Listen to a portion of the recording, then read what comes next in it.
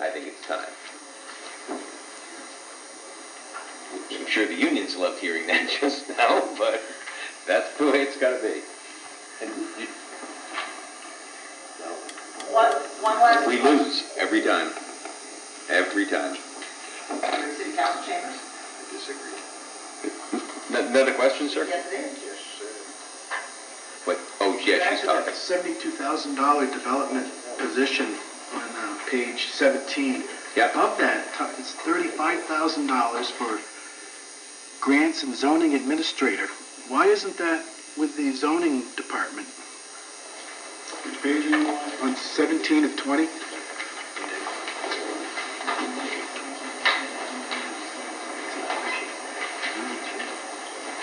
Oh, why isn't because currently most of the grants that come through the city are administered by our zoning administrator, Mr. Schwartz. For example, the multitude of grants that came through to do City Hall Park.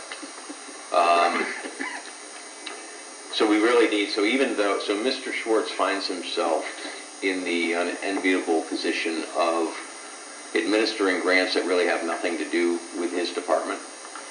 So we put that position, that's a $35,000 position, not just to administer grants, but also apply for grants citywide.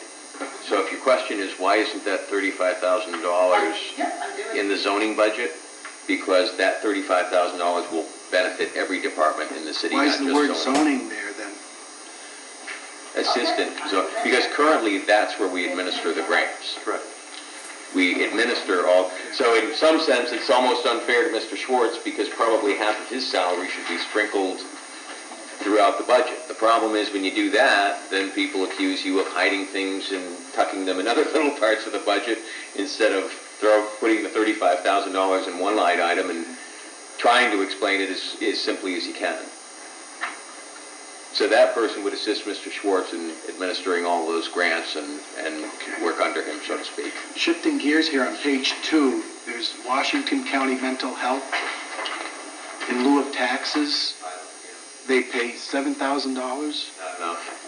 I believe that they own, that I know of, 6 properties or more, probably valued greater than $500,000. Yep.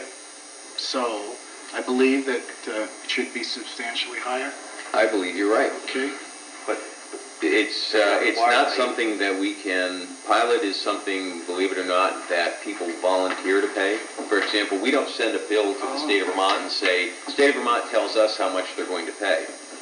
And again, at times, you don't want to sit here and be accused of picking on people, but, Barree Housing Authority, they've been paying the city of Barree $50,000 for a pilot for over 10 years. It's been virtually the same number.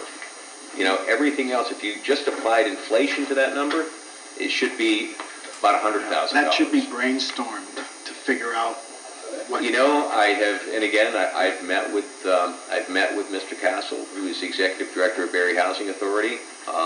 Their response initially was, well, by agreement, this is all we can pay. And I said, no, you're wrong. By agreement, this is all you want to pay. There's nothing in your federal agreement under housing standards that would prevent Barree Housing Authority from looking at the city of Barree and saying, you know what, we understand that the minimum amount we can pay you is $50, but we want to be fair because we're part of the community too, so we'd like to pay you $60. And believe me, I understand that Barree Housing Authority has tough times making their ends meet as well. And I'm going to be having that conversation with Mr. Castle again, because I just want them to keep it fair.